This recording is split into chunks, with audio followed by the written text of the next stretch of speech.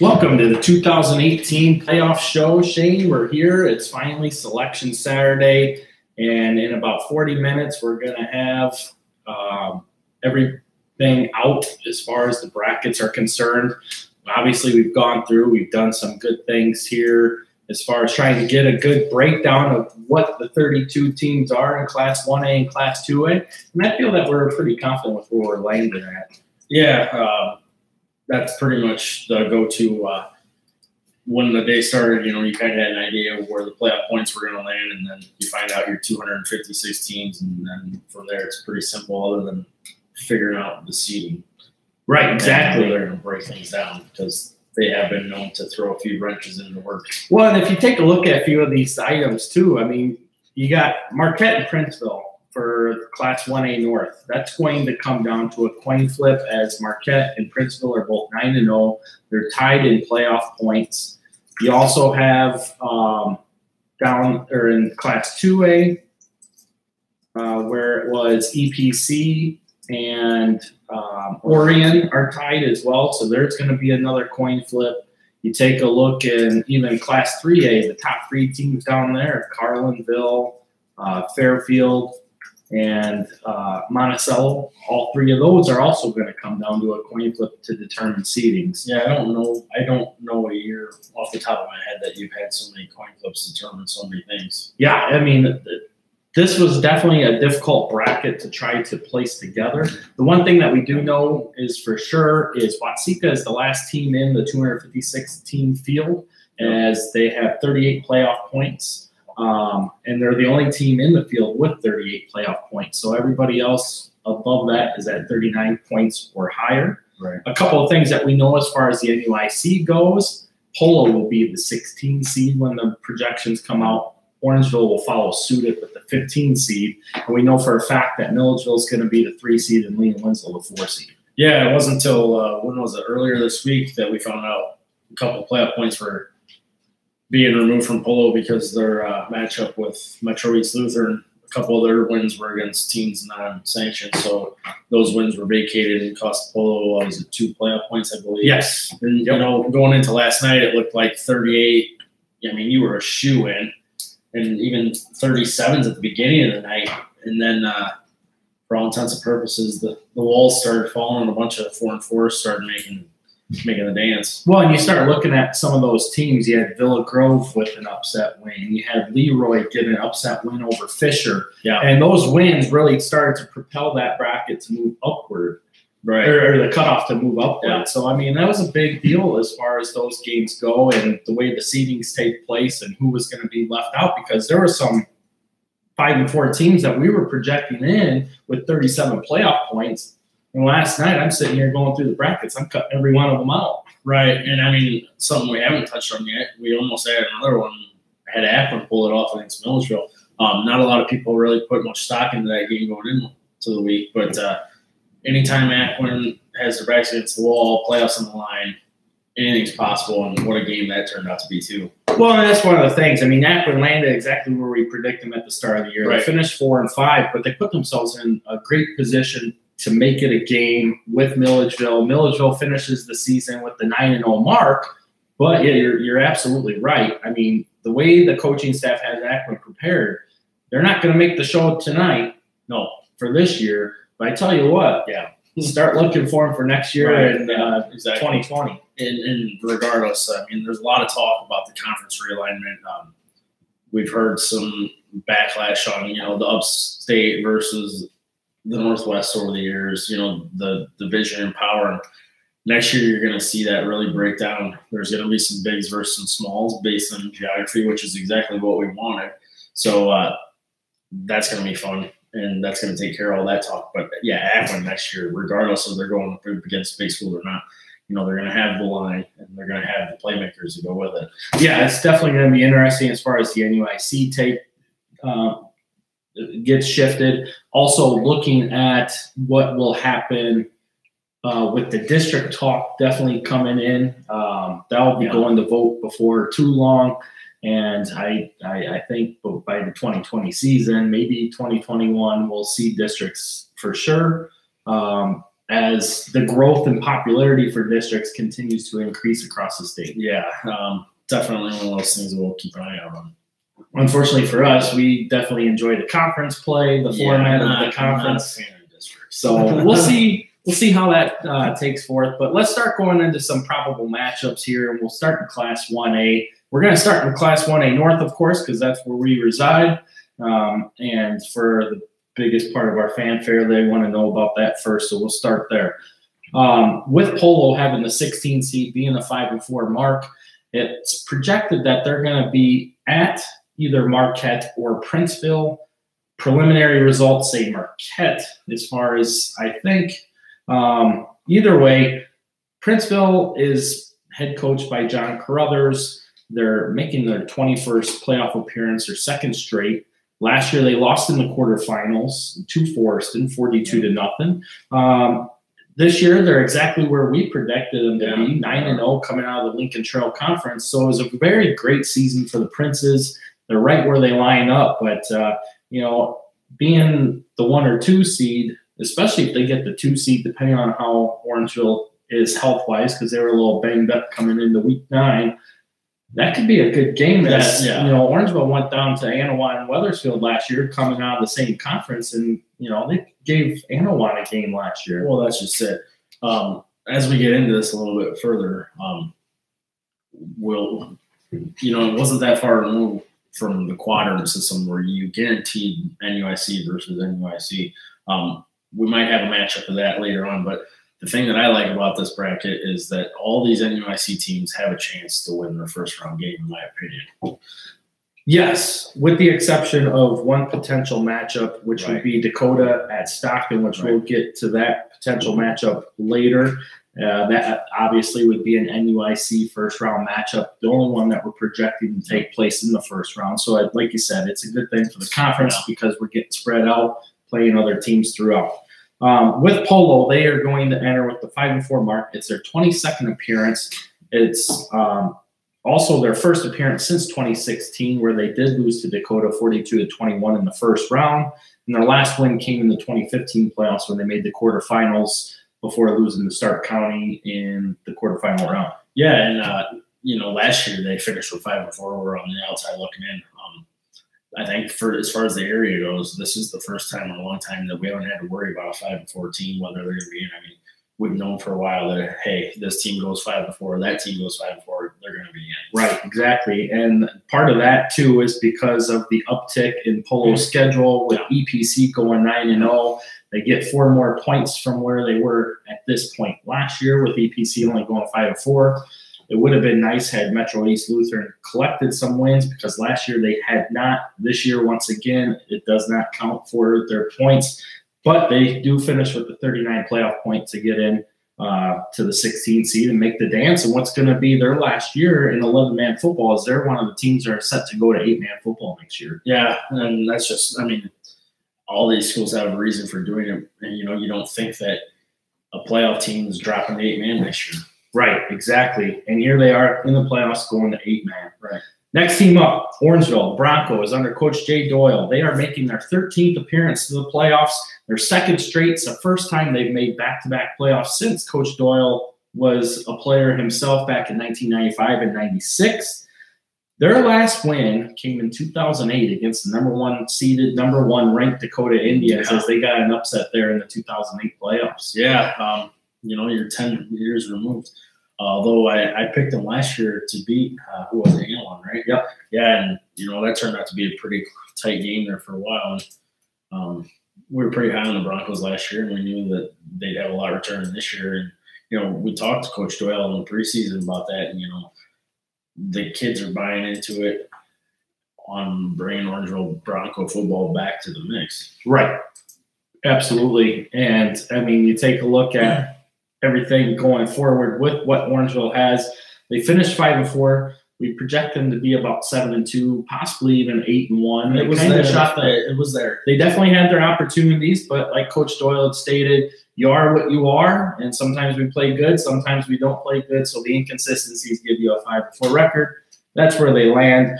But as long as Orangeville can get things going, I like their potential opportunities with where they're going to fall in the bracket.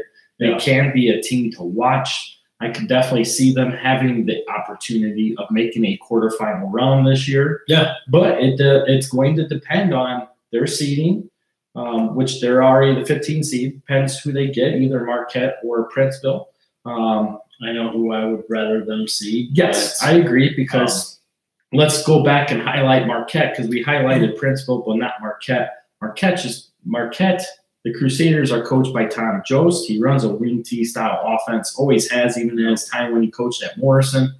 This is Marquette's 15th appearance. It's their 7th straight appearance. Just 2 years ago, they came off of back-to-back semifinal appearances. Yeah. Last year, they lost in the first round to Fulton, who's coming out of the Three Rivers Conference.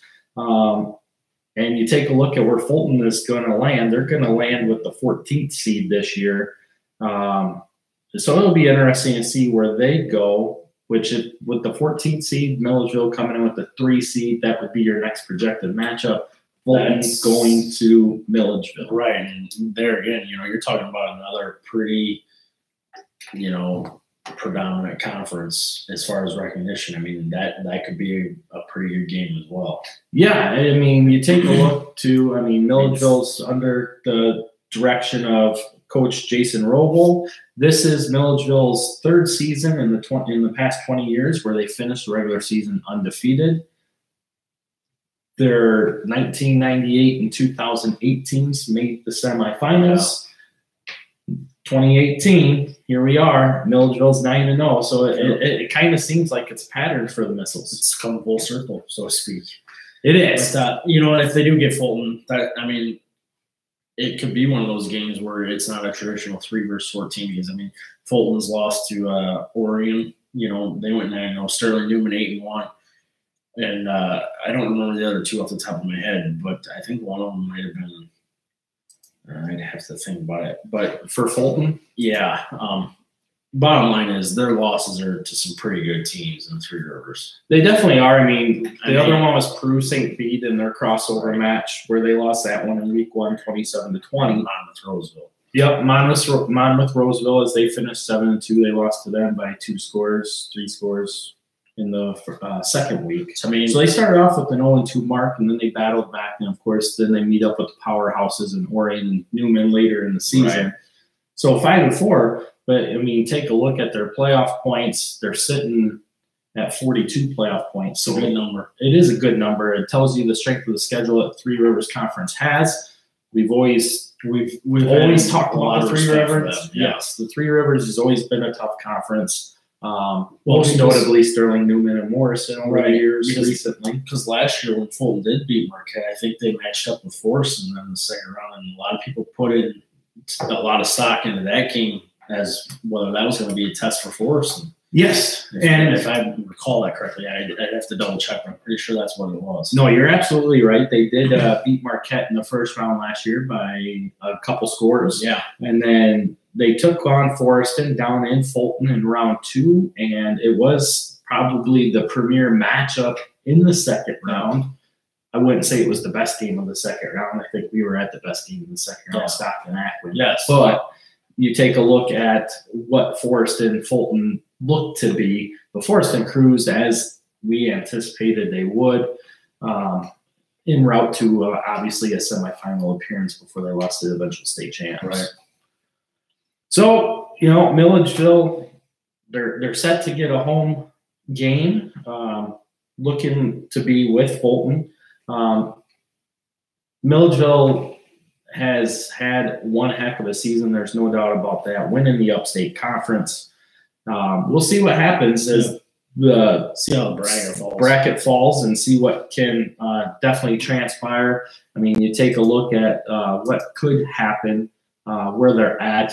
Their second round game could be a potential matchup with Forreston as well, and then you get a cross rival or a cross conference game in the second round, Upstate Northwest. Yeah. And that's if you want to get to where you're going, you gotta beat the best. And we haven't really, we haven't really talked about Forreston that much since week 4. I think it was because their schedule is so front-loaded, but if they do get that and Forreston beats their matchup, that's going to be a heck of a matchup because Forreston's really starting to roll.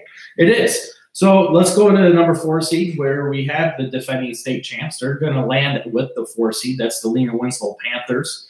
They are looking to take on, who was it? Lewistown, the Lewistown Indians. So Lewistown comes in. This is their 18th appearance. It's their first appearance in the playoffs since 2011, where they lost to Brown County in the first round. And one of their best seasons in school history happened the year before in 2010 when they lost to Lena Winslow in the semifinals when Lena Winslow went on to win their first state title. Right. And, Lewistown is one of those teams that we talked about when we first got going here as one of those games where if they won, they were in and it was going to bump someone out.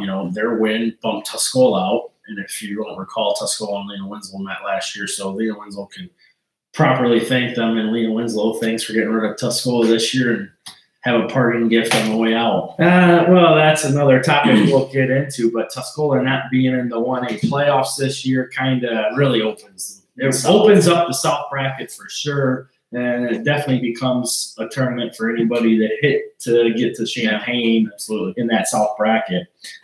Lena Winslow comes in this year. This is their 25th playoff appearance. It'll be their 20th straight playoff appearance. For head coach Rick Arend, this is also his 22nd playoff appearance in his 23rd season. So the Lena Winslow freight train has really gone the way that Coach Arend has definitely put it together. Yeah, I don't think you could draw it up any better than that. Right. And I mean, you take a look, Lena Winslow has won the state title 3 times over the past 8 seasons. So as far as their first round matchup, I think Lena Winslow's definitely got it in the taking. Projected second round matchup would be the winner of our next game that we're going to talk about, where we see Chicago Orr coming in with the number 5 seed with their 8-1 record. For Chicago Orr, they come out of the Chicago Public League and they're in the Illini Windy City Conference. Their toughest opponent was a Class 5A team in Chicago, Westinghouse, who finished 4-5. They lost that game in week 1, 46-20. As far as in their in-conference, their best game was against Chicago Agricultural Science, which was just this past week. They lost 50-0, and they finished the season at 7-2. As far as who they're going to play, right now we're looking at potentially the Leroy Panthers, who come out of the Heart of Illinois Conference. This is their 26th playoff appearance. Their last came in 2016, where they lost to Akron in the second round, 28-14. Yeah, that was another team. This is going to sound like a broken record. I remember talking about it earlier in the week because we were drawing up some brackets and, like what happens if this team wins? And it was Fisher and Leroy. And Leroy needed to beat Fisher to get in, and boy, did they beat him all right. That was not on a lot of people's radar. I thought it could potentially be a close game. Maybe Fisher still winning by a score, or Leroy maybe winning by a score, but Leroy really took it to him. Yeah, I mean, the final score of that game was 46-14, and I remember you stating that Leroy, watch out for him this week. I could see them beating Fisher, and sure enough, that's exactly what happened. Yeah. Those 4-4 teams in week 9 playing for it all are dangerous, and Fisher had nothing. I mean, seeding-wise, they had something in the game, but realistically, they weren't going to gain anything by really just laying down the wood. And, now they're going to be looking on the other side of the bracket probably at this point, and Leroy's going to be in. So right. So at the number 6 seed is where we see the Forreston Cardinals coming in. They finished the regular season with a 7-2 record. Forreston is head coached by Kyle Zick. This is his first year after taking over for Denny Dick. This is their 24th appearance in the playoffs. It's their 9th straight playoff appearance. Last year, they lost it in the semifinals to Lena Winslow 12-8, coming off of their state championship year in 2016. What a game that was. That was probably one of the best high school football games I've seen in a long time. And unfortunately, somebody had to lose, but that's the way it was. But not, as far as the Cardinals this year, I think a lot of people, ourselves not necessarily included, but kind of there, thought that Forreston would have a down year. And I guess when you go 9-0 and win state championships, 7-2 is kind of a down year. It is. They'll take it though because they're playing really good ball. They are. It's like we were just stating here a little bit ago. Forston was being talked about. They were being looked at a lot across the state based off of what they've done the past few years, as they had won 2 state championships since 2014. But you take a look at where they are now, and they're not even registering votes from the AP. And to be honest, I think that's a mistake. That is, well, that's a whole other subject on AP voting. But yeah, definitely deserving of votes, because we kind of touched on a little bit like early in the year when they came off that loss against Lena Winslow, and it's not a bad loss by any stretch of imagination. But they were still getting votes, and we thought, well, okay, this is kind of, going off last year. And then, they just really rebounded on week 3 and kind of just throughout Dakota, and they've kind of been on a roll ever since, other than that EPC game. Right, which exactly. I'm sure they like to forget about, because that was a disappointing showing, but since then they've just really taken it on. Right. So their opponent is going to be most likely Kirkland Hiawatha. As the Hiawatha Hawks are making their 4th appearance. They entered the playoffs with a 6-3 mark. Their last appearance came in 2016, where they lost in the first round to Leroy, the same team that we just got done talking about. I just don't see where Forston is going to have much of a trouble in this game. Obviously, it's going to be a relatively easy game, I think, for the Cardinals, so long as they come prepared and get that one going. One of those, just don't overlook the opponents. Right. So now we get to the 7th seed, where we see the Stockton Blackhawks falling as they get a 7-2 mark with their win over Orangeville last night. And they're looking to host the Dakota Indians. And this is a old rivalry game from the NWIC days back a long time ago. And even in the Upstate Illini Conference, when it first merged together, they were conference opponents. And of course, next year they'll come back into the conference together under the new realignment. Yeah. But Stockton enters the playoffs for their 32nd time. It's their 8th straight playoff appearance. And this is head coach Jesse Snyder's 2nd year at the helm of the Blackhawks. Last year they lost in the 2nd round in that thriller against Ackland 21-14. And Dakota comes in. This is their 24th playoff appearance, their 5th straight, under head coach Joe Free, who's in his 3rd season. And last year they lost that first round matchup in double overtime to Princeville. Yeah, that was a thriller. Yeah, both games there that Dakota and Stockton lost last year were great games, a lot of fun. But here we go. We got a cross-rival matchup, Dakota at Stockton. Stockton's always a tough place to come away with a win. Yeah, it really is. But, I'm looking at the bracket. If things fall the way they go, this would probably be one of the premier matchups in the North as far as the bracket shakes down. Should be a pretty good game.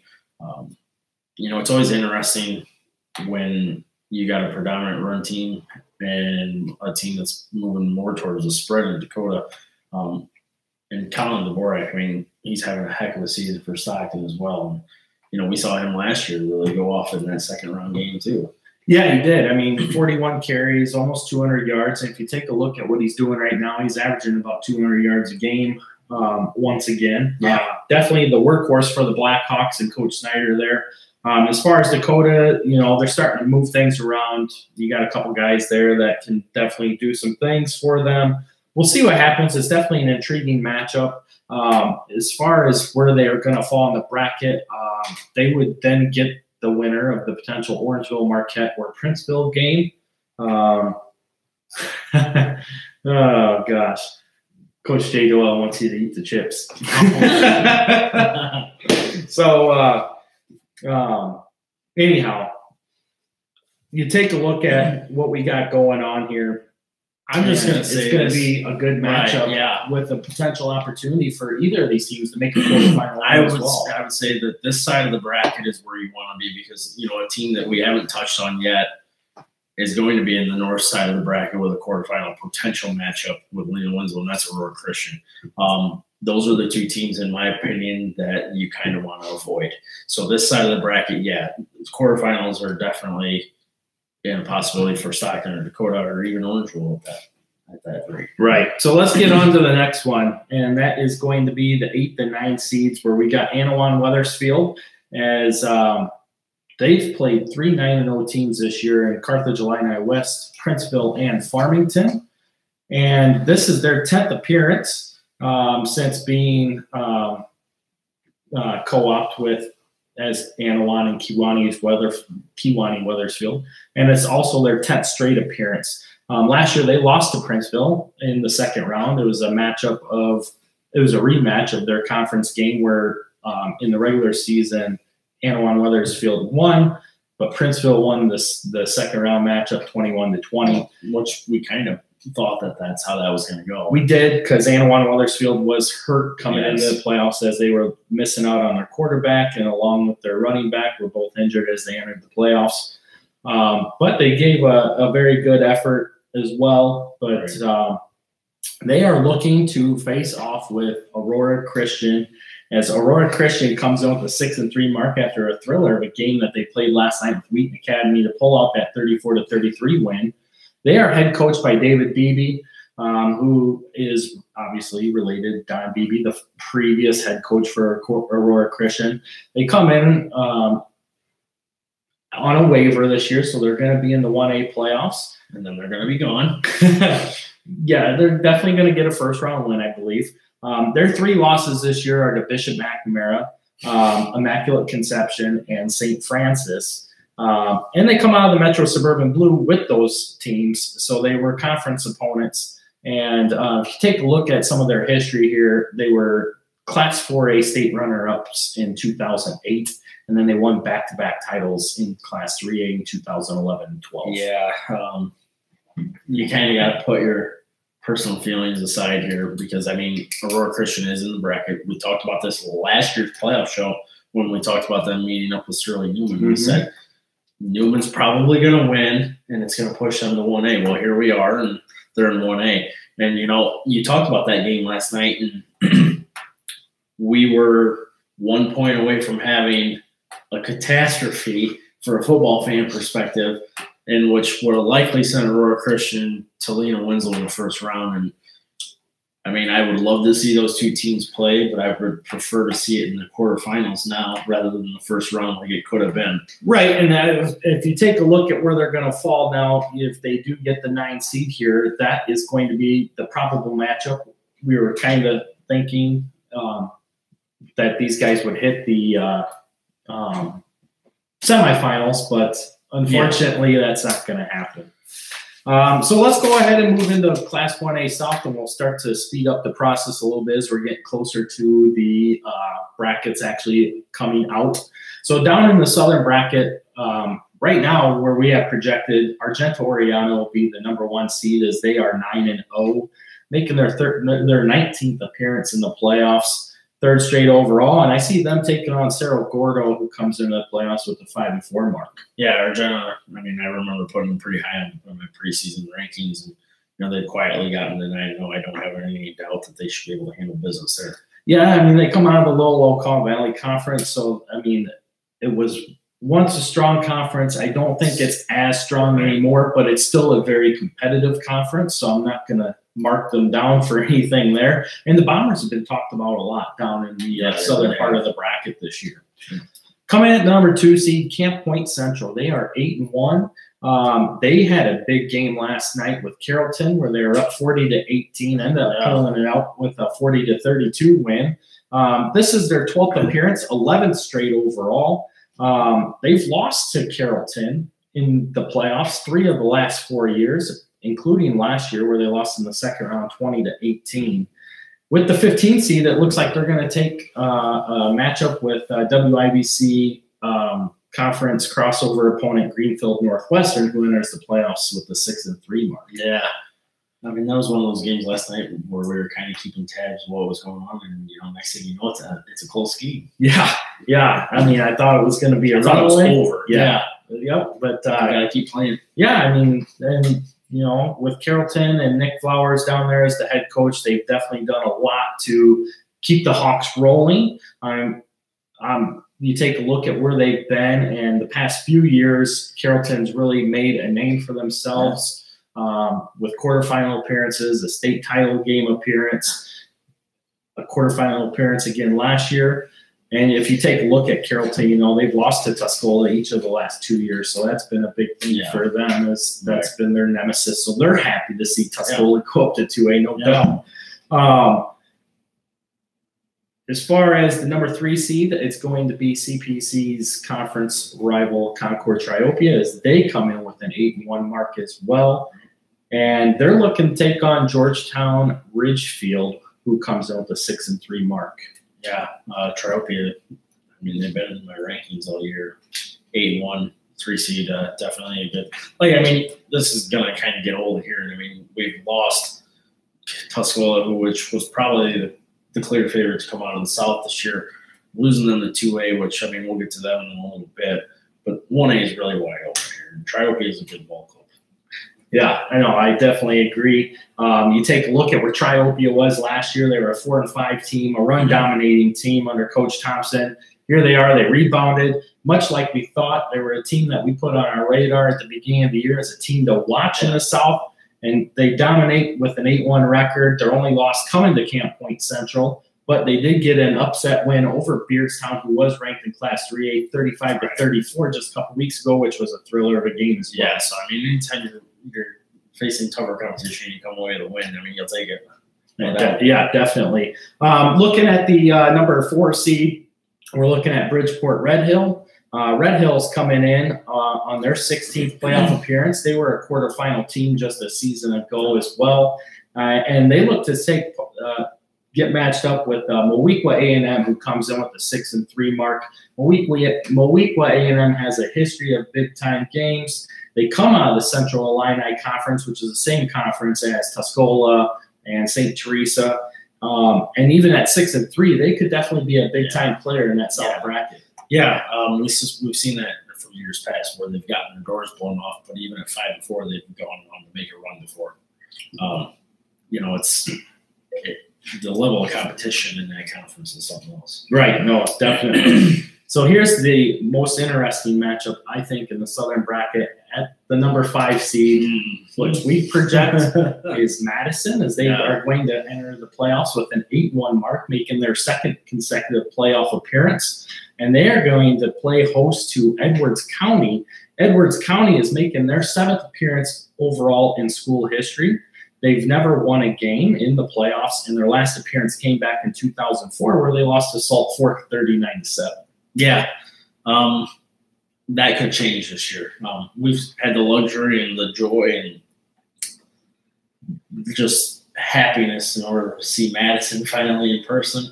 Watched them in Dupec a few weeks ago, and to see them at 8-1 in the South, it really puts things into perspective.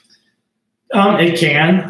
Definitely, this is probably one of what we project to be one of the weaker 1A South brackets that we've seen over the years. But I still feel that there is some good football to be played down there. As far as this matchup, I don't see it as being a very strong matchup. It's going to be a hard one to predict. I actually, despite the records and the seedings, this could definitely be one of those toss-up type games. As Madison does have some athletes, but they run a spread offense that just doesn't have a whole lot of direction towards it, right? Looking at what we potentially see as the 6th seed down in the South bracket is Arcola. They are 7-2, 29th playoff appearance, 5th straight overall. Last year, they lost in the first round to Brown County. They also were the 2015 state champions as well when they beat Stark County and DeKalb just a couple seasons ago. Yeah, that was a strong team. Yeah, it was very strong. They are looking to take their first round matchup with Salt Fork, who is 6-3, making their 21st playoff appearance. Last year, Salt Fork lost to Forston in the first round, 50-14. Yeah, they earlier in the week we had them projected to come north even until things really shook up, and even with Fisher as well. So a lot has changed in the last 24 hours. Yeah, definitely. With a couple of the upsets, that definitely shifted Salt Fork down into that South bracket. Look at the 7th seed. We got Cesar Valier at 7-2, looking to play host with Carrollton, who is 6-3. That should be a potentially good matchup as well. Yeah. Cesar Valier is making their 21st playoff appearance. third straight overall. Last year they lost to Greenville in the first round, 39-20 in Class 2A. This year they dropped into Class 1A as they got rid of their co-op that they had prior. So here they are, Class 1A, 7-2, making a playoff run once again. Taking on Carrollton, who has definitely been a team to watch in the South the last few years, like we already stated. And then to wrap up the South, we have the 8 seed, which is Fisher. Once again, going 7-2. A team, like you stated, was one of those teams that we had originally projected in the North, but now with everything taking place, we see them moving into the South bracket. And they get set to take on potentially Toledo Cumberland, who comes in with the 7-2 mark. And if you remember correctly, it was just a couple weeks ago, back to week 7, the Orangeville Broncos went down to Cumberland and beat them 32-28 on a Saturday afternoon. Yeah, this should be a pretty good matchup. Fisher should have taken care of business last night, but then suddenly they're the 8 seed, and there we go, you know. Right, So, I definitely agree. So here we go. The brackets are out, and the number 1 seed are the Princes of Princeville. They will play host to Polo in the first round, which gives us the number 2 seed being Ottawa Marquette, and they are going to play host for Orangeville. So that is the coin flip decision right there. Orangeville headed to Marquette, Polo headed to Princeville. To round out the NUIC teams, number 4 Lena Winslow will play host to Lewistown, as we had projected. 7 seed Stockton will play host to Dakota as the 10 seed, and Forston did get the 6 seed playing host to Kirkland Hiawatha. So you take a look at the 1A North, everything that we stated was going to happen just happened. Yep.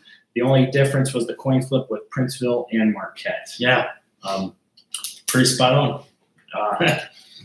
I try to do my best, guys. I do. Down south, Argento Oriana did get that 1 seed. They will play host to Cerro Gordo. The number 2 seed goes to Camp Point, who does get Greenfield Northwestern in that conference crossover match there. Triopia will get Georgetown Ridge Farm. Number 4 seed, we'll see Red Hill with Moweaqua A&M. So there again, the South bracket definitely taking place. You got Carrollton going to Cesar-Valier. Arcola is playing host to Salt Fork. So 1A was exactly the South bracket was dead on there once again. Yeah, and I mean the North was just coin flip. So so it's going to be some good matchups here.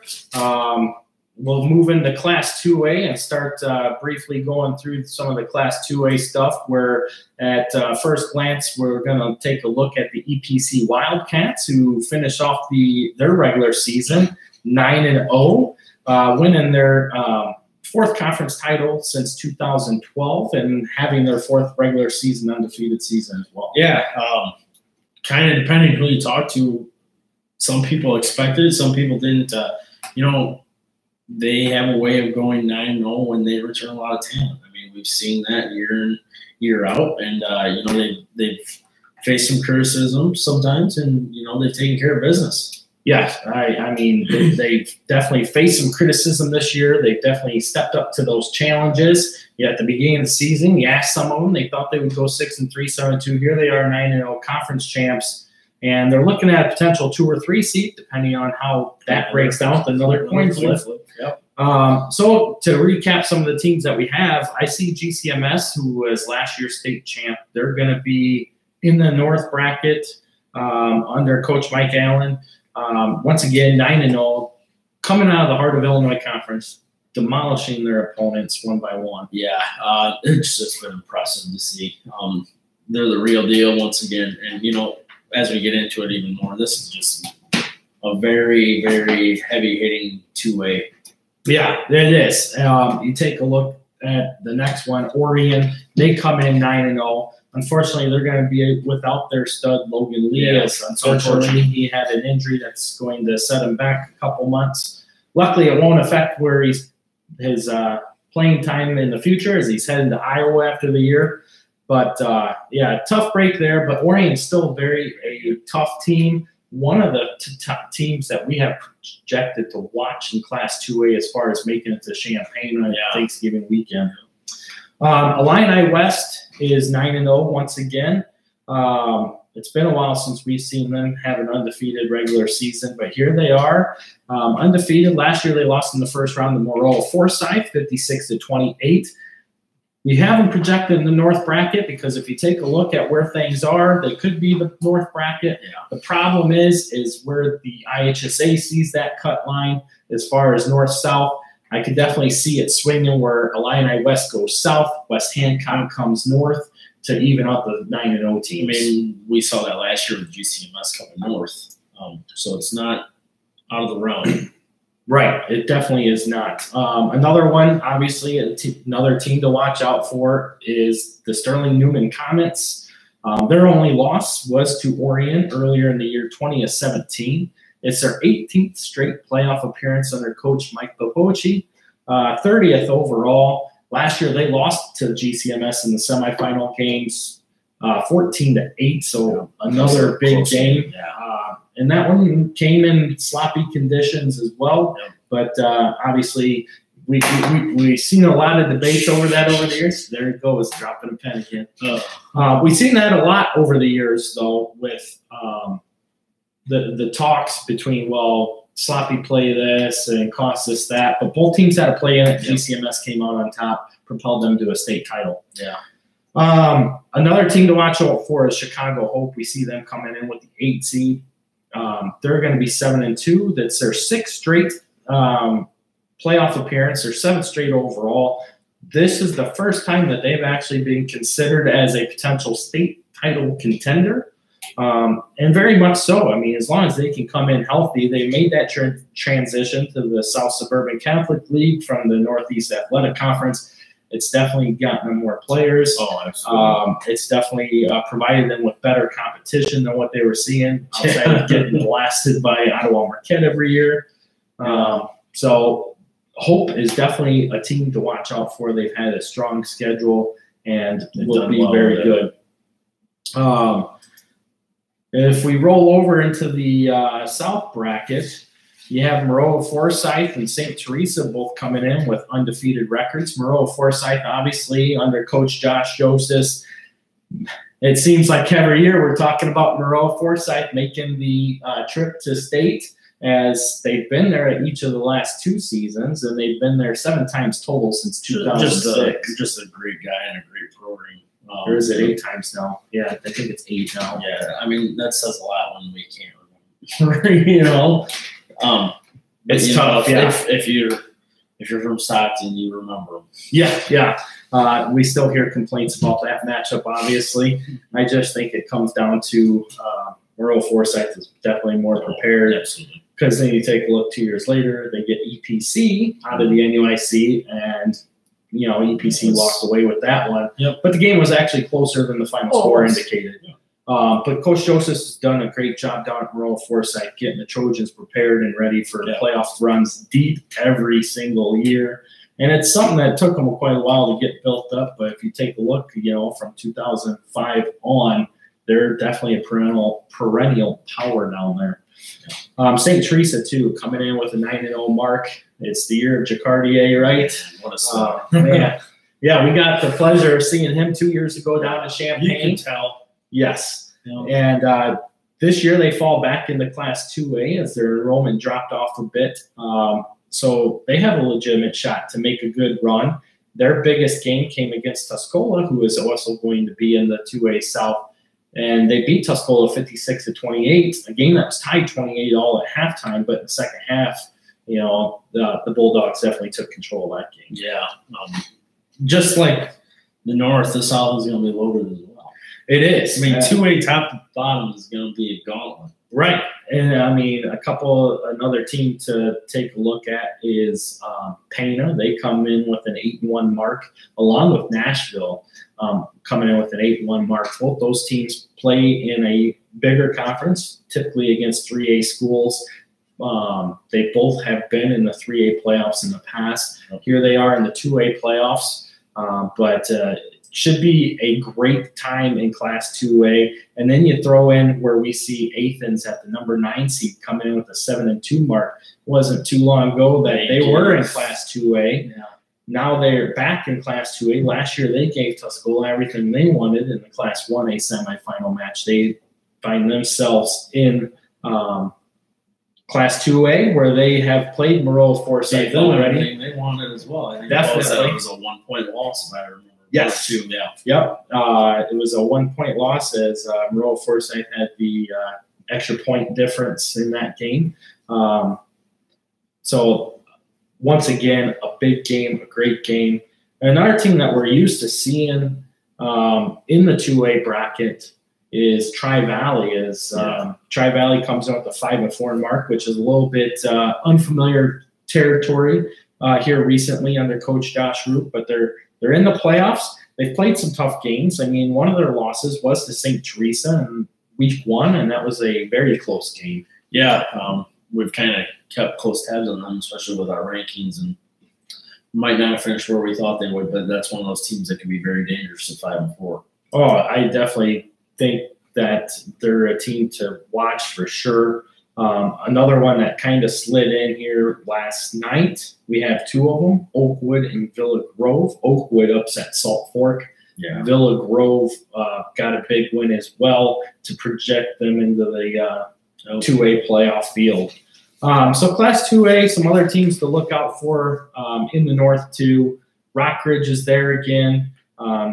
Again, out of the Three Rivers Conference, you kind of see them come and go every now and then. They've had a tough schedule. They, too, have been hit by the injury bug. Don't have a lot of depth there.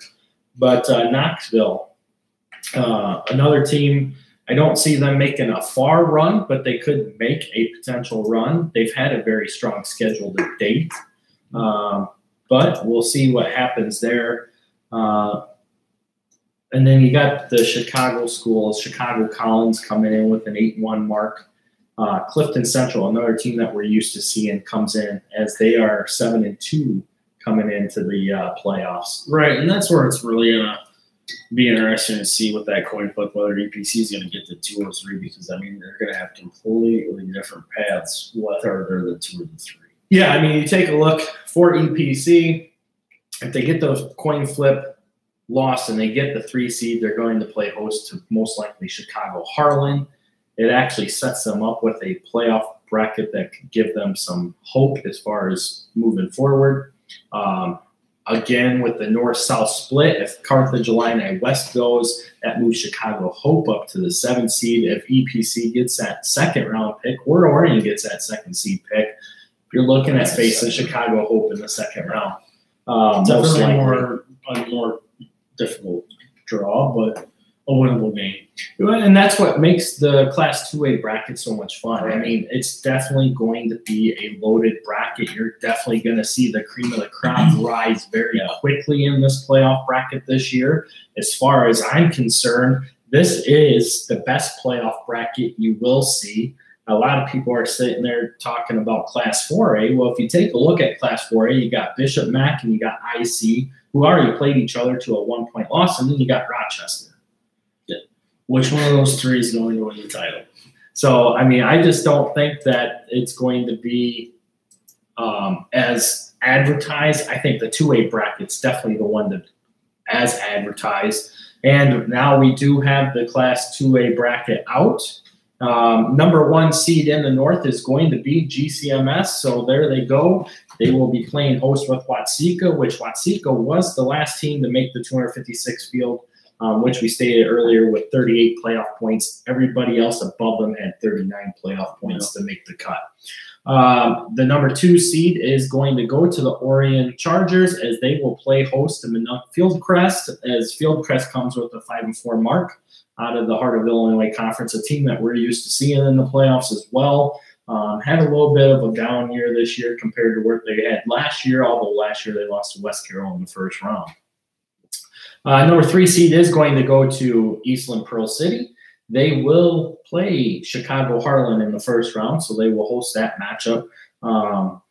So that's where they want them to be. Yes, that's definitely a good draw for them. As you know, you take a look at what their potential second round matchup would be. So long as they do take care of Harlan, it would be the winner of Chicago Collins and Chicago Christian. Which Chicago Christian also snuck into the playoffs last night. They were one of those teams that was 5-4, had to get win number 6 to get in. So they were projected out of the playoffs, but came up with a big win last night. Number 4 seed is going to go to Illini West. So Illini West is staying in the north. They are going to play host to Mercer County. So actually our projections are going to fall right in place where we thought they were. Number 7 or the number 5 seed is going to be the Newman Comets. They will play host to Rockford Christian. Number 6 seed is going to be Chicago Collins playing Chicago Christian, like we already stated. The 7th seed is going to be the Clifton Central Comets as they play host to Rock Ridge. So that's going to be an interesting matchup. Yeah, it will be. Another first-round game that could definitely set the tone early. The only problem is most likely you're going to get Oregon in the second round. Yeah. But you got to play who's in front of you, and like we already say, you got to beat the best to be the best.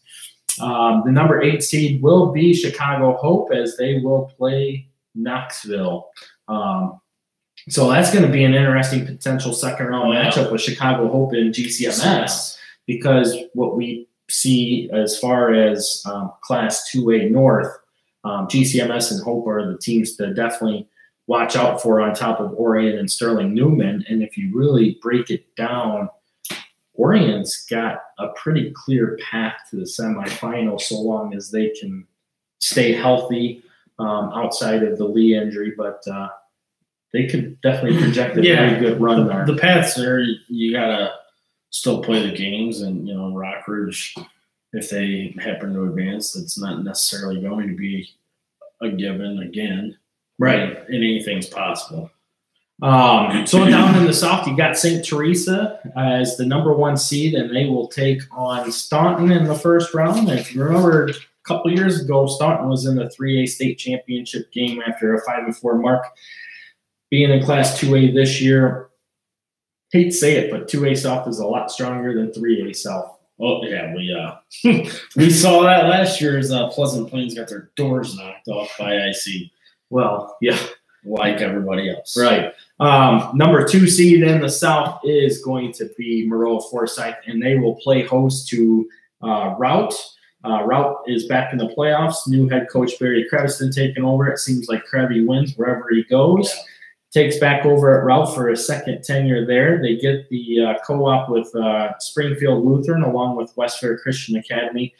They have made the 2A playoffs, and they come in with a 5-4 mark after they got a win last night over Winchester West Central. So they are going to be headed to Boyd Field to take on the mighty Trojans. Yeah. Yeah. 3 seed is going to be Tuscola. They're going to take on Villa Grove in the first round. I don't think that's going to be much of a problem for Tuscola, to be honest. But it's a great thing for Villa Grove.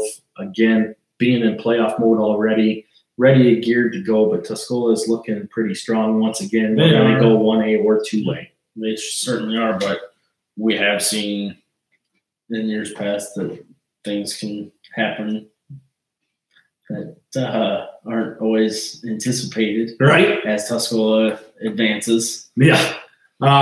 So the number 4 seed is going to be Pana. They're going to take on Oakwood in the first round. Oakwood there again had to upset Salt Fork to get in. They also had an upset win over Bismarck Henning here a couple weeks ago. Yeah. And you take a look at some of that. Bismarck Henning is 8-1. That lone loss coming to Oakwood. So, I mean, that really dropped them in the rankings. That was a bad loss at the time. It was. And in my opinion, still is, although Oakwood is playing very tough right now. But that could be a very good matchup, Pana and Oakwood. Coach Higgins down in Pana has done a lot of good things to get the Panthers rolling, and they're ready to go, but they get a tough Commons team there. Yep. As far as the 5 seed, you got Nashville playing host to Tri-Valley. Again, that could definitely be a good matchup there. Some people down in that direction think Nashville has the talent this year to make a state title run, but I'm never going to count out Tri-Valley as far as the tough competition that they play. You take a look at some of their losses, like we stated, they've lost to GCMS, they've lost to St. Teresa, so they've played some top competition already.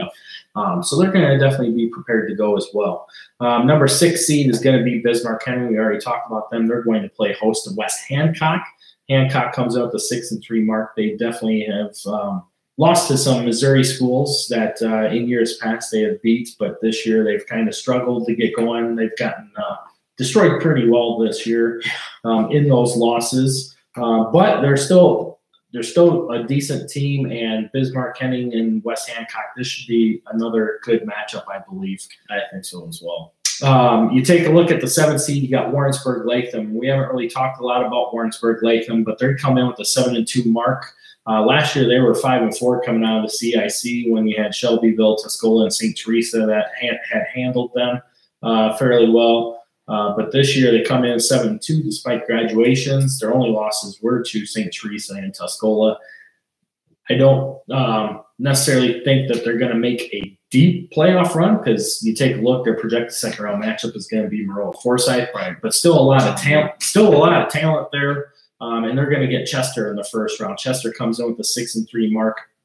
And I wouldn't overlook Chester either. I mean, that's a winnable game for Chester. It is. I mean, they lost in the first round last year at Tuscola in 1A. Got their doors throttled, but they're going to match up fairly well with Warrensburg Latham in that first round matchup. And then you look at the 8th and 9th seed, you got El Dorado playing host to Athens. Both teams coming with a 7-2 mark, but here, realistically, this is Athens' game to win or lose. I just don't see where that matchup is going to play any favorites to El Dorado.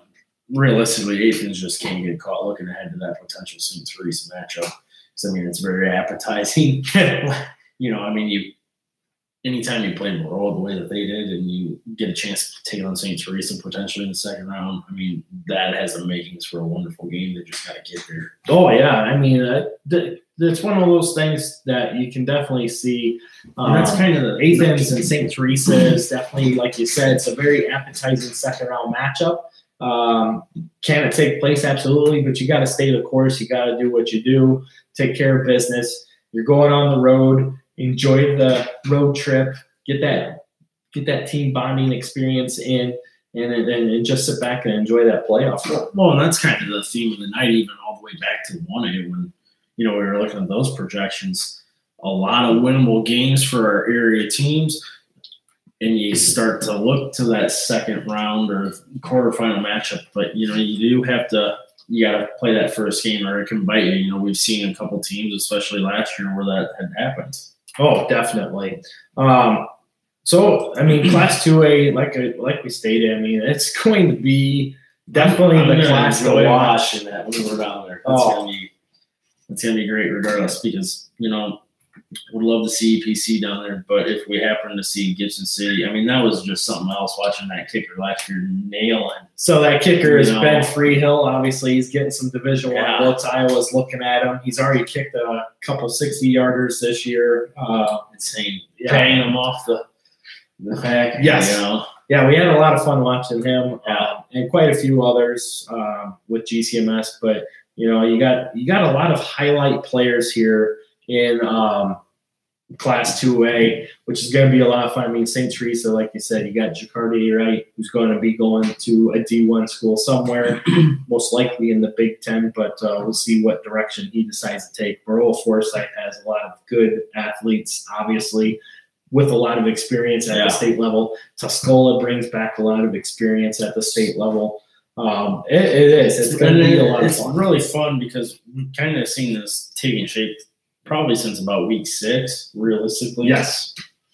Where things are really starting to line up, and it's like, all right, let's just calm down here. Hopefully everything plays the part. And realistically, especially for our teams up here, we have the one matchup where you have NUIC, and that's 7-seed Dakota against 10-seeded, or no, 7-seed Stockton versus 10-seed Dakota.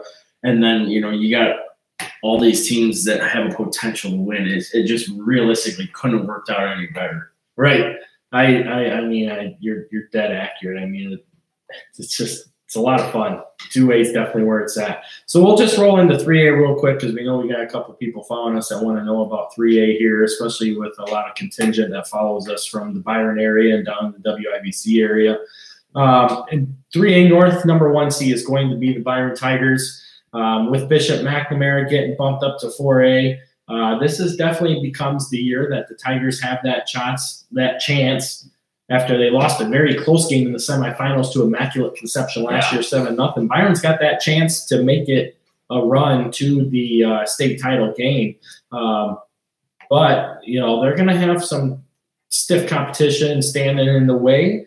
A couple teams that we're not very familiar with that could potentially provide some issue would be Chicago Dunbar, maybe even a Spring Valley Hall. But, you know, really it's, for the most part, it's wide open for Byron to make that. Yeah, I mean, we kind of talked about it a couple of weeks ago when we go down there. Wouldn't it be cool, you know, we get a 1A rep. You know, 2A is going to be fun regardless of who's there. Yeah. And if you get Byron in 3A, I mean, it's just going to be a great day. It will be. You take a look at the number 2 seed. Like I said, it's going to be Chicago Dunbar. They're going to play Herscher. Number 3 seed is going to be Eureka, as they're going to play host to Chicago Urban Prep Inglewood. At the number 4 seed is Lyle, as they will play host to Dwight. So that should be an actual good matchup there as well. Number 5 seed is going to be Poplar Grove North Boone, as the Vikings play host to Mid-County. I really see that game going much in favor of North Boone. And North Boone has a legitimate shot to make a big Northern quarterfinal matchup with Byron in the makings if they can stick to the game plan and keep things going in their favor. Number 4 seed, number 5 seed, or 6 seed, is Monmouth Roseville, as they are going to play host to Wilmington. Number 7 seed is Chicago Clark, as they're going to play host to Spring Valley Hall. They're another game that I feel Spring Valley Hall should win coming out of the Three Rivers Conference. Clark's not coming out of a very strong conference in the Chicago Public League there. And then the 8 seed is going to see Elmwood Brimfield play host to Princeton. Both teams come in with a 6-3 mark there. Down in the South, the 3A South is a little bit different than what I originally projected. Number 1 is Monticello, which was projected. They are going to play host to St. Joseph Ogden. It's kind of weird to see St. Joe Ogden come in with a 5-4 mark. Usually they're a team that's up there, a team to watch, but 5-4 mark for St. Joe. Number 2 seed is going to be Carlinville. Carlinville and Monticello have really been the teams to watch as far as the 3A South goes. A lot of people feel this is Carlinville's year to bring home a title down for Cavalier Nation. We'll wait and see how that happens, but if you take a look at their projections, they have a potential quarterfinal matchup with Williamsville looking ahead, which could happen. I mean, you still got Fairfield in there. Fairfield comes in with a perfect 9-0 mark. But I don't think they're going to stand the test of what a Williamsville or a Carlinville have, to be honest. Number 4 seed is Farmington. They, too, come in with a perfect record. They're going to play host to Greenville. Number 5 seed is where we're going to see Beardstown. They are going to play host to Pleasant Plains. So that is one of the games that I did not have projected. I thought that Greenville would be going to Beardstown, but it's going to be Pleasant Plains. So Beardstown, Tigers get the chance to face off with Pleasant Plains. Last year, Pleasant Plains was in the 3A state title game where they played a very close first half with Immaculate Conception, but then got railed in the second half where they lost. But, you know, I like Pleasant Plains. One of my former college buddies, John Hambleton, is the head coach there. His team's getting set to play Beardstown, though. Beardstown is definitely going to be in for a dogfight here, I think, because, you know, you look at Pleasant Plains' 3 losses. They're to Williamsville, Moreau, Forsyth, and to Athens. Good resume there. It is. And Beardstown, you know, their biggest win of the year is over at Camp Point Central. Again, their one blemish on the year is to Concord Triopia. Both those teams will be playing in the 1A conference. So Beardstown, if they can win, they have a shot to make a potential quarterfinal run. So there's my bold statement for Beardstown. I just don't think it's going to happen. I think it's going to be one and done for the Tigers. Yeah, I saw you. Someone asked that, and you were second round and done. I had to laugh. That's funny though. Yeah, it is. So it looks like somebody, our good friend Anthony, saying the top half of the 2A North bracket is going to be nuts. Yeah, absolutely. The top half of the North. Yeah, I mean, you got GCMS and you got Hope. They're potentially in the second round. I mean, that in itself is going to be potentially a good thing to see. Yes, I definitely agree. Man, 2A, like we stated, when you get back here, 2A is just crazy. So we'll go back and recap on Class 2A. As far as 3A goes, definitely think that Byron's in charge in the north, and it's going to come down to Carlinville and Williamsville potentially in the south. Last year, Williamsville was in the north, lost in the quarterfinals to Byron, 14-0. That 3A bracket, it's just not as strong as what we're used to seeing, but it is wide open for the most part because you don't have the big time parochial schools and Bishop Mac or Immaculate Conception in there. So going back to Class 2A, Class 2A North, I mean, Gibson City, number 1 seed, EPC with the 3 seed, Orion with the 2 seed, 4 seed with Carthage Illini West. You got Newman with the 5 seed. I mean, look at that, though. The 1, the 8, the 4, and the 5. I mean, those are 4 of the top teams that, are exactly where we thought. You kind of hope that you would spread the level a little bit, but by the quarterfinals, you're gonna know who's who. Oh, definitely. I mean, you definitely take a look at that first part of the quad, like you stated, the 1, the 8, the 4, and the 5. So Newman, Carthage Illini West, Chicago Hope, and Gibson City. Man, that's going to be banging from second round on. Yeah. Kind of reminds me of the old quadrant days. But here's part of the problem with that, too. With that being said, I mean, it is kind of like the old quadrant days. But these guys are going to be beating each other up by the time they get to the semifinals. They're looking at a potential Orion, maybe even a Clifton Central, maybe even EPC. The bottom half of the North is very favorable if you're an EPC fan. Yes. Outside of Orion. I mean, that would still be a good matchup. It is. It's going to be a great matchup. Like you said, I mean, the 3 seed definitely favors the Wildcats. You got what you wanted. Yeah. So now what EPC needs to do is they just need to continue to play. I mean, you can't have games like you had 2 weeks ago where you come out slow. If you come out slow in this bracket, you're not going to get very far because 2A is not going to be favorable for you if you're not ready to come play week in, week out. And that's the given thing with the playoffs. I mean, you start getting the colder temperatures, the field becomes harder. You got to come out ready to play. Yeah, I mean, we've seen top teams and top ranked teams lose at home and not in close fashion before. I mean, all these games are winnable for every team. I mean, this is the playoffs. Yeah, definitely. And even in the South bracket, I mean, you look at 1, 8, 4, and 5 there. Nashville, Pana, Athens. I should say 9, not 8. And then St. Teresa. That definitely looms large as well. And then you fall into the bottom half, and I mean, it's basically, in my opinion, it's a toss-up between Maroa Forsyth and Tuscola to make the semifinals there, but they're not going to meet up until that quarterfinal round. Right. And that's there again. I mean, we can go up and down this bracket all night and just let it soak in. I mean, this is great. It's definitely a lot of fun, no doubt about that. Going back to our the cream of the crop.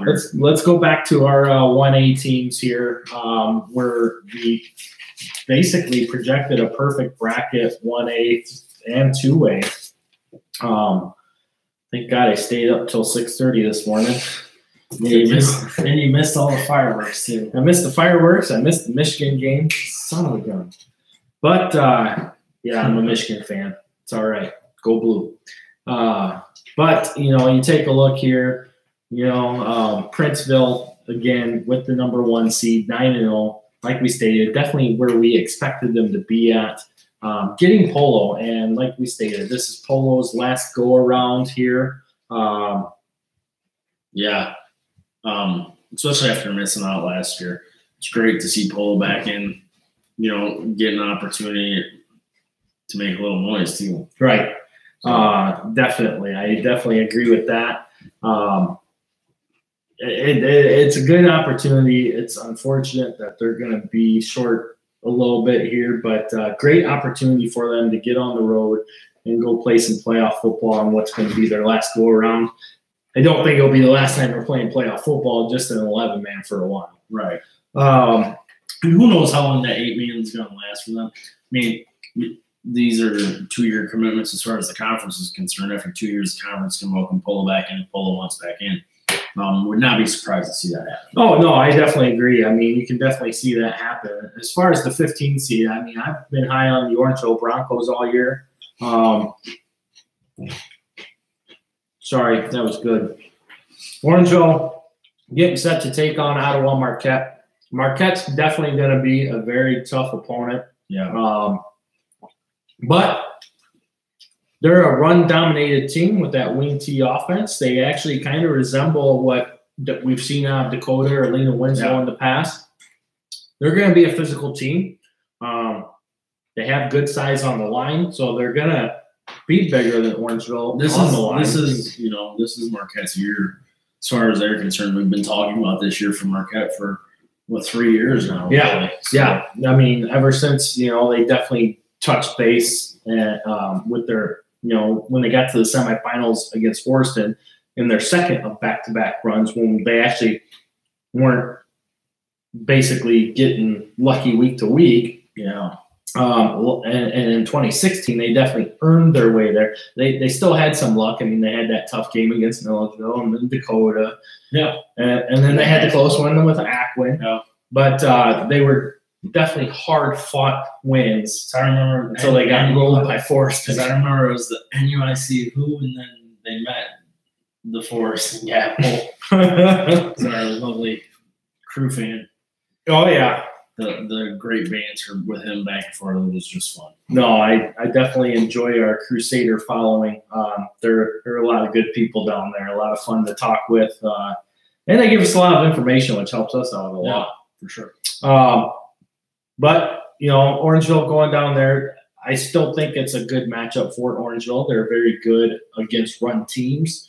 If this were a passing team, I'd say Orangeville stands no chance. But this is Marquette, and the Crusaders don't play in the toughest conference. I mean, I'm not trying to diss on Marquette at all, but the Northeast Athletic Conference is not a very strong conference. Year in and year out, they dominate it with reason. Yeah. But it does not take away from the fact that they are a solid team this year. That's just it. I mean, you can play in a bad conference, but if you're good, you're good. Yeah, and that's where Marquette is. I mean, South Point's really helped them get ready for the playoffs. Mm-hmm. Yeah, definitely.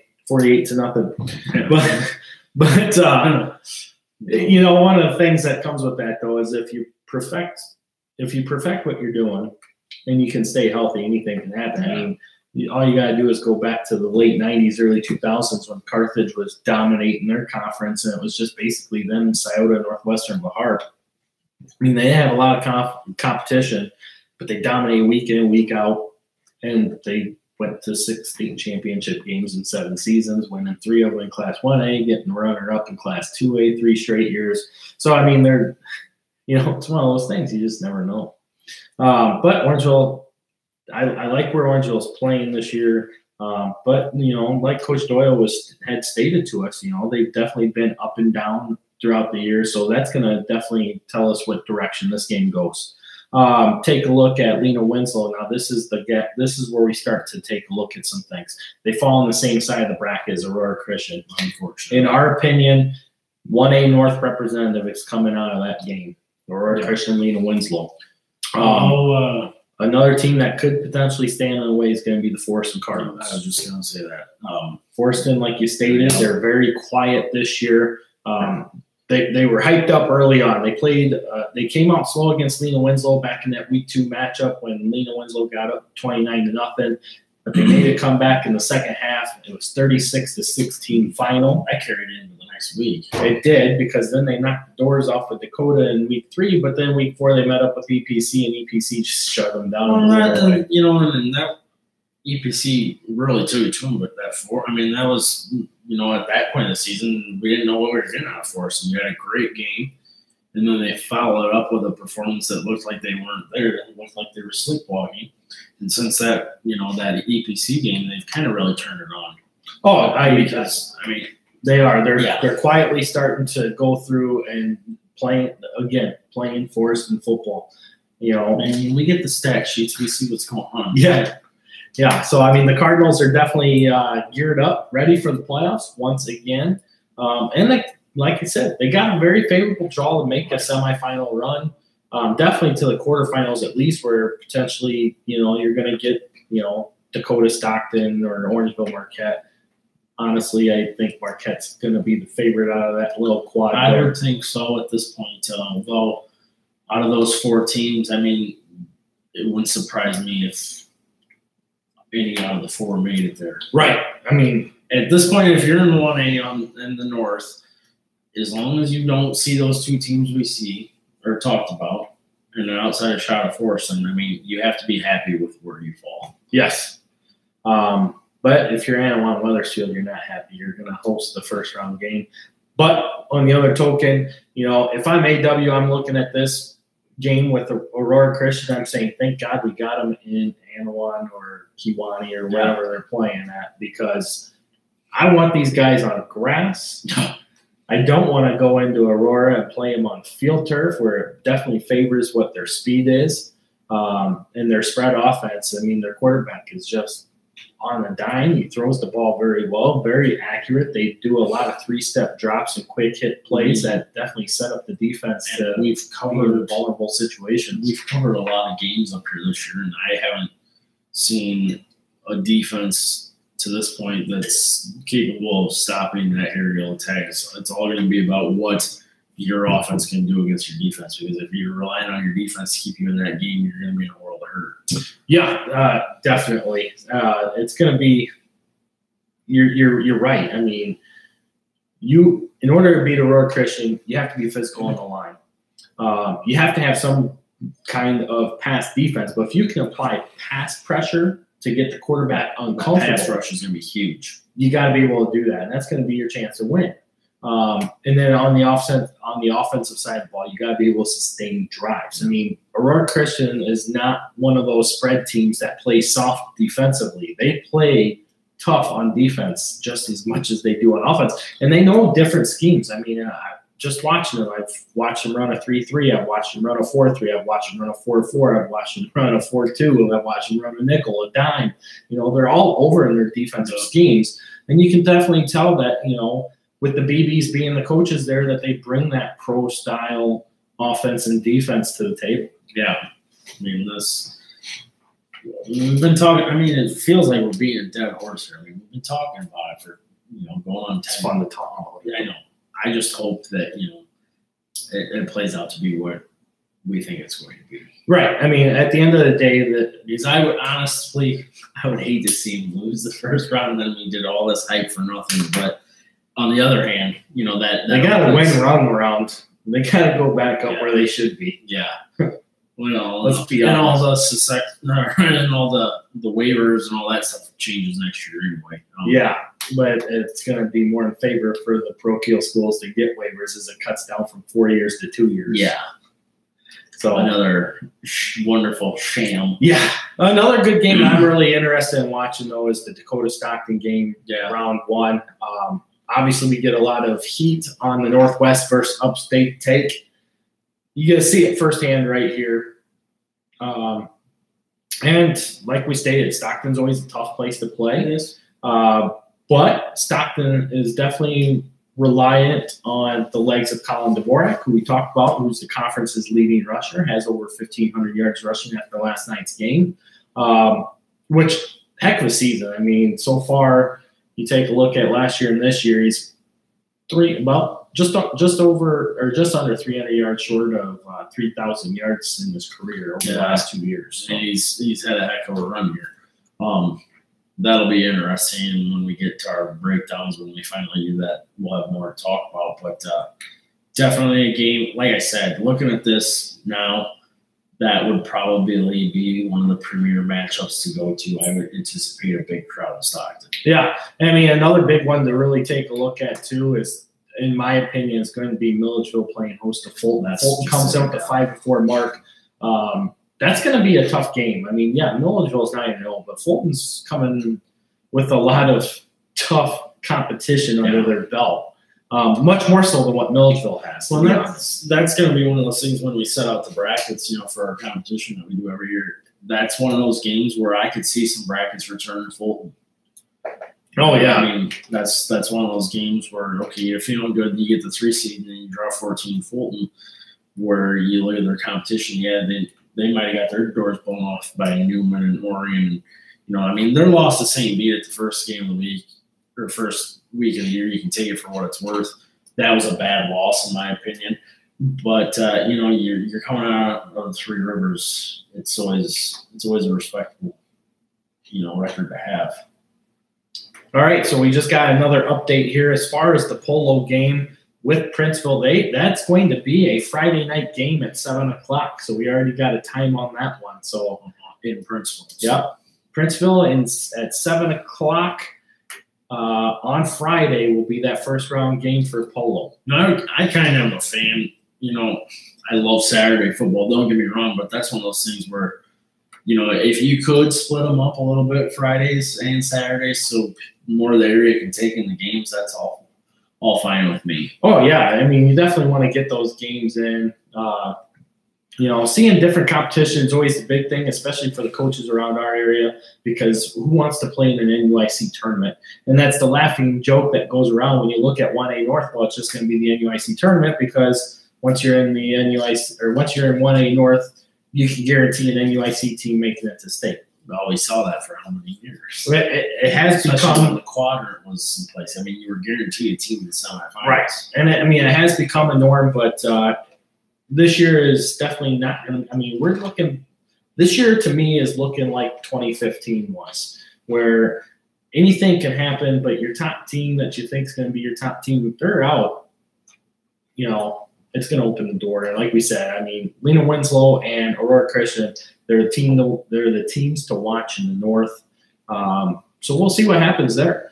But it should be another great playoff season. Definitely. The NUIC is looking to chase 20. That's been our motto all year, chasing 20, as we have 19 state championships under our belt, going for number 20 this year. Be fun. Hopefully we can get number 20 with EPC with a good draw.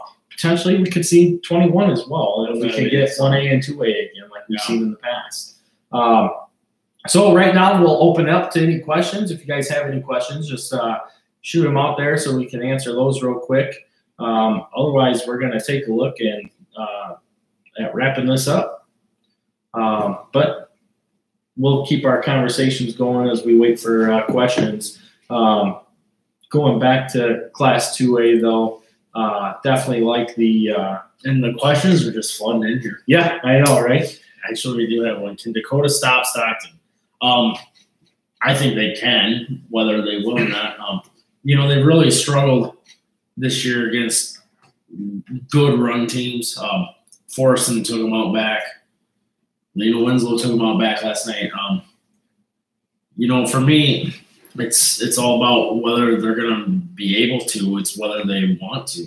And we've seen that to a point. Yeah, I definitely think that Dakota generally, if they come ready to play, Dakota can stop Stockton, because it's one of those things where we've been saying all year. If you stop Dvorak, you stop Stockton. And all you got, right? I mean, all you have to do is take a look at what Stockton does continuously, and that's run the ball with Dvorak. And I mean, yes, he's strong. He's an ox. But as far as the offensive and defensive lines come in that matchup, that's where it's going to be won at. Dakota definitely has the size and strength advantage on that offensive and defensive line.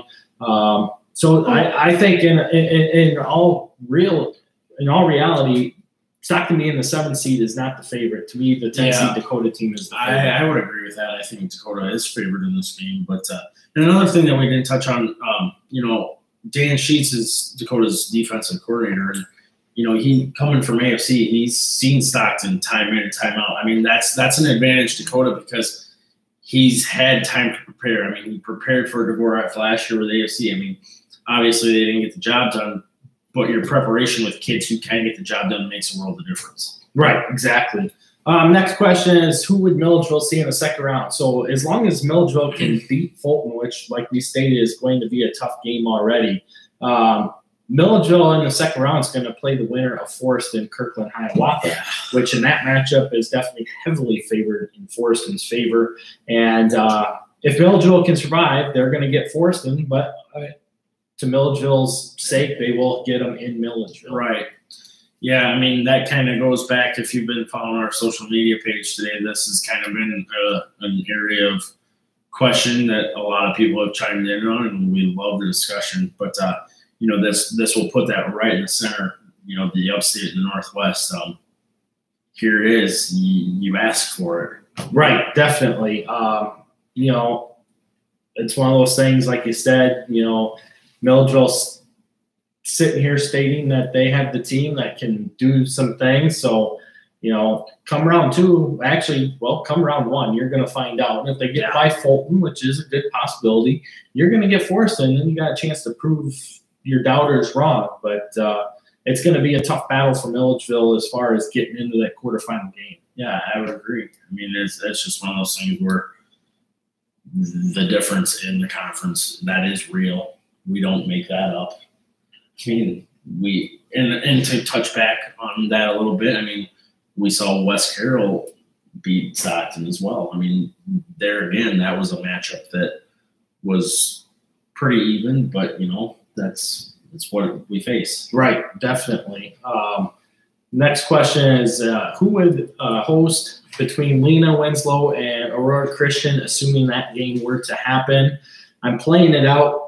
And if you take a look, it's actually going to be Aurora Christian be hosting that game. Unless Leroy beats Orr, which is possible. It could be possible. So if Leroy were to beat Chicago Orr and Lena Winslow had to travel to Leroy in round two, Lena Winslow would host that semifinal matchup. However, if Orr does win and Lena hosts round one and round two, they will be going to Aurora to play Aurora Christian in the quarterfinal matchup if that game takes place.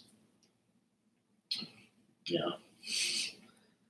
So, you got a lot of questions going on here that, can really. Good questions. I like it. Yes.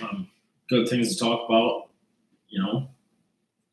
But, I mean, we're a few games away from that, though. But I like that, people are kind of getting that sense of where this is going to go. Oh, for sure. But it's one of those things we have to see what takes place as far as, how the breakdowns come. We'll take a look at that and see where we go. It's the playoffs, man. You got to come ready to play. I mean, there's no doubt about it.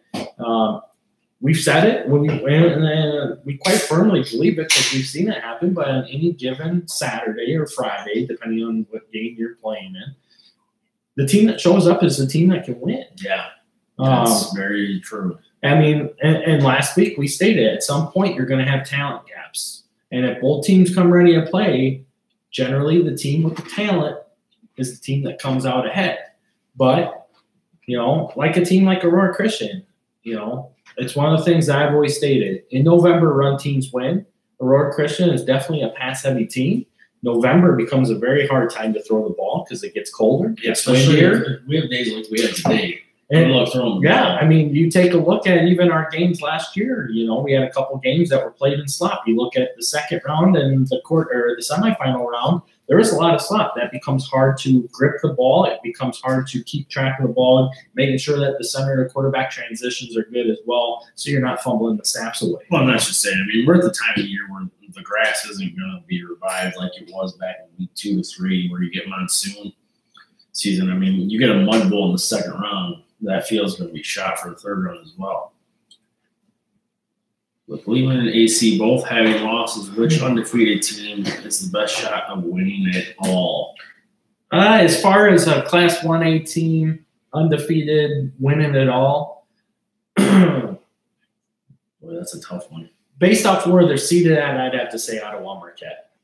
Oh, hands down. Because hopefully by the time Ottawa Marquette gets to the semis, other teams are beat up a little bit. But I do not anticipate an undefeated team coming out of the North this year. No, not out of the North. As far as the, even the South bracket, you could definitely see that. Actually, there's only one undefeated team down there, which is Argento Oriana, and they have a good shot of getting there. They actually have a very favorable draw outside of Red Hill, so that is going to be a game that is going to be interesting to see in the quarterfinals. If that were to come to fruition, would be Argento Oriana and Red Hill in the quarterfinals. But the South bracket, definitely Argento has the best shot, well, the only shot at making it to state as a 9-0. But I like the chances of Red Hill, Concord Triopia, or Camp Point Central in 1A South as far as making it to Champaign.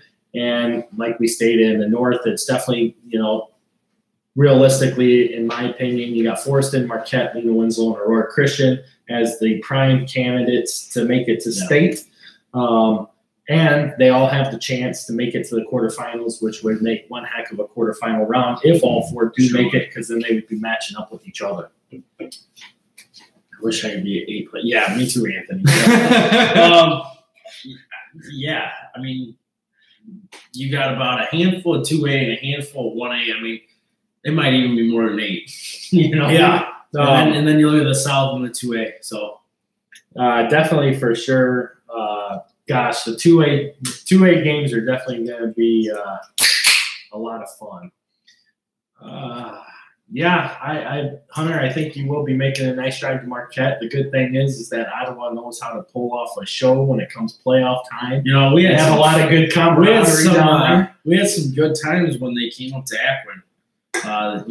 They brought out the camper, throwing around the football, tailgating, having fun. It was a great atmosphere. Met some people who ultimately we keep in contact with still today. So I mean, it's great. Yeah, no, I mean, definitely the Marquette fanfare is a lot of fun. They definitely know how to make a tailgate happen. Yeah, like you said, they came up to Freeport here a couple of years ago. Kyle's loaded up 2 hours before the game. Kyle's in there taking pictures with their whole group. He is their long-lost adopted son. Yeah, definitely a lot of fun. But when you go down to Ottawa on Saturday, you definitely have a lot of fun down there. Their fans know how to put on a show. It's a real nice place to take in a game. Actually got a chance to go down there twice back in the 2016 season for the second round game with Dakota, and then again for the semifinal game with Forreston. So yeah, definitely have had my fair share of watching Marquette over the last couple of years. And they treat us pretty well for saying all those negative things on their semifinal runs. They're lucky to be here, but when it came time to play, I think what was that Forreston score? Was that 28-7, 28-0? No, it was 35-7. 35-7. Yeah, I mean, it was 28-0 in the first half. So, I mean, because that was the game where everybody's like, "What happened to Forreston?" I said, "Well, they shut the engine down at half." That was their 16 title run, right? Yeah. But one thing that can be said about Marquette is under Coach Jost, they play a very tough defense. And they're not a team to overlook by any stretch of the imagination, because they're going to come and they're going to hit you. They may not be the best team, they're physical all the time, but they are physical and they will get after it. And if you don't match that intensity, you're going to get rolled. That's just the way it goes. Any more questions? But yeah, okay. So while we wait for last questions, Class 2A is definitely where it's at. Hold the 5-4 with the best shot for a first round win. I don't necessarily know. I mean, Orangeville has the potential. Orangeville has the potential. Leroy has the potential against Chicago Or. Fulton definitely has the potential against Milledgeville. And that's where I'm going to stop it. That right there is the game that I see as the best chance for a 5-4 win in the first round. It's going to be Fulton over Milledgeville. You just take a look at the strength of schedule for Fulton, and it's just crazy how good of teams they've played. I mean, their losses are to Monmouth Roseville, Sterling Newman, Orion, and Peru St. Pete. Which, yeah, so first game of the year. It was first game of the year, close game. Very close game, actually. But, you know, they're definitely a battle-tested team, more so than what Milledgeville is, in my honest opinion. I mean, you take a look at Milledgeville's record. Yes, they're 9-0, but their best game was against Stockton, where they won 34-8 in a relatively one-sided affair. But if you also take a look at that game, that was a defense-dominated game that was also struck by some special teams, which I agree. They're part of the game. You got to have that in order to win ball games. You don't necessarily anticipate that. No, widening the gap though. No, definitely not. So I mean, you take those two big plays away, and you know, Stockton and Milledgeville played head to head quite a bit, but. I mean, Milledgeville definitely deserved that win. There's no doubt about it. You play that game over, I don't know if it's that big of a gap. But we'll see what happens. Like I said, Milledgeville definitely earned their 9-0 record. They're exactly where we predict them to be, more so than anybody else, because we were getting a lot of heat for picking them to be 9-0 on the year. And now we're getting heat from Milledgeville because we picked them to be 9-0, and they just don't agree with where we're going with them. But that's all right. That happens. But as far as the 5-4, Fulton and Milledgeville is going to be a tough one. You can't please everybody. It goes. Yeah. So, all right. Any other questions?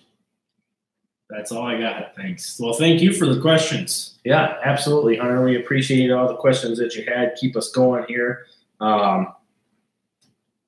Should be fun, though. A lot of good games to take place in the first round for sure. Anthony, going back to your statement about being in 8 places at once, I agree with you, man. Definitely it'd be a lot of fun to be at a lot of these games, especially come 2A in the second round, where a lot of these teams are definitely going to start meeting up with each other.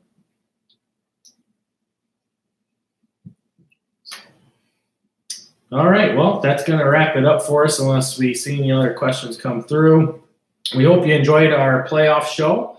1A and 2A, like we stated, the projections went as advertised. So, I mean, we could run down the bracket one more time in case somebody's late joining us here. We can definitely do that real quick. So in Class 1A, the number 1 seed is the Princeville Princes, who are going to play host to Polo. The number 2 seed is going to be the Ottawa Marquette Crusaders, who are playing host to Orangeville. The number 3 seed are the Milledgeville Missiles. They will be playing host to the Fulton Steamers. Number 4 seed is Lena Winslow, as they play host to Lewistown, reviving a semifinal matchup from 2010. Number 5 seed is Chicago Or, as they play host to Leroy. Number 6 seed is Forreston, as they play host to Kirkland Hiawatha. Number 7 seed are the Stockton Blackhawks, playing host to Dakota. And number 8 seed is Anawan Wethersfield, as they play host to number 9 Aurora Christian. As far as the 1A South goes, number 1 seed down south is Argenta Oriana, playing host to Cerro Gordo. Number 2 seed is Camp Point Central, playing host to Greenfield Northwestern. The number 3 seed is Concord Triopia, playing host to Georgetown Ridge Farm. Number 4 seed is Red Hill. There will be playing host to Moweaqua Central A&M. Number 5 seed is Madison, as they play host to Edwards County. The 6th seed is going to be Arcola, as the Purple Riders play host to Salt Fork. The 7th seed is Cesar Valier, as they play host to Carrollton. And the 8th seed is Fisher, playing host to Toledo Cumberland.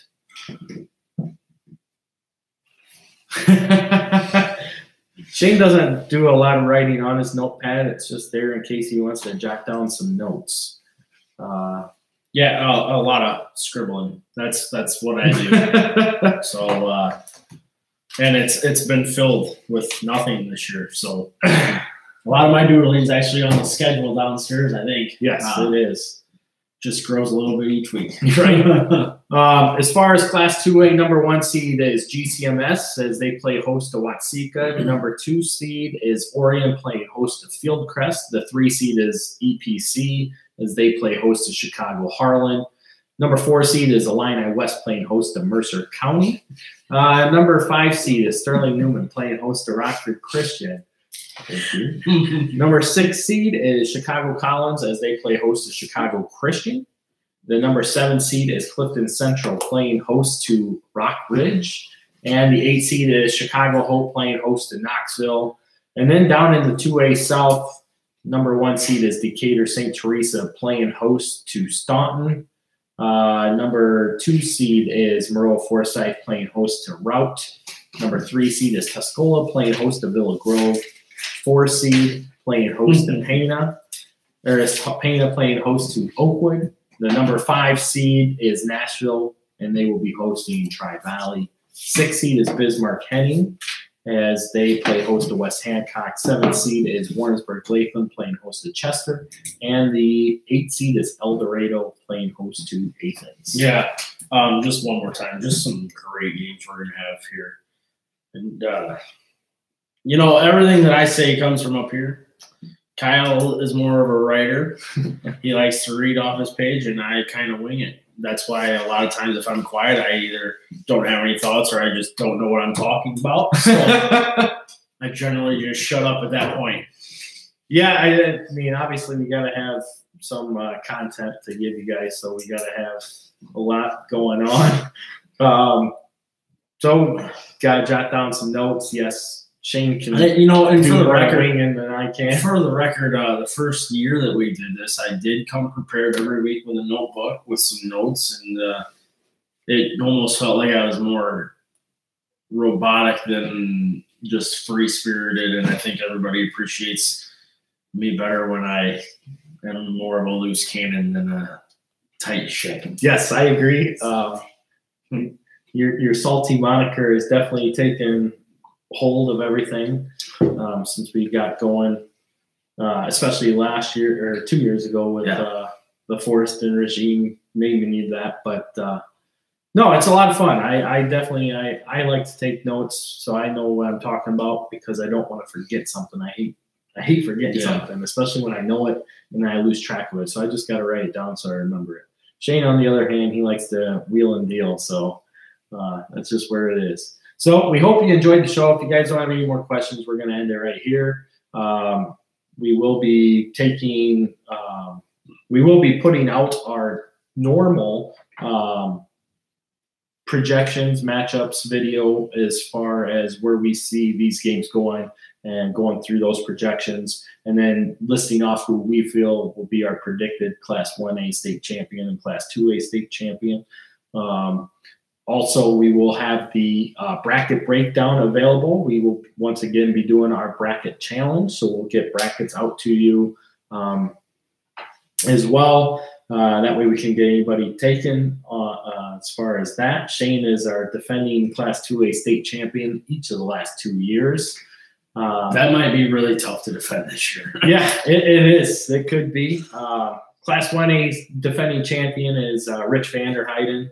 So a lot of good things going on. Our Carrie was actually Class 1A runner-up last year as well. So just goes to show you anything can happen when you're doing these projections. Oh, man. Ooh.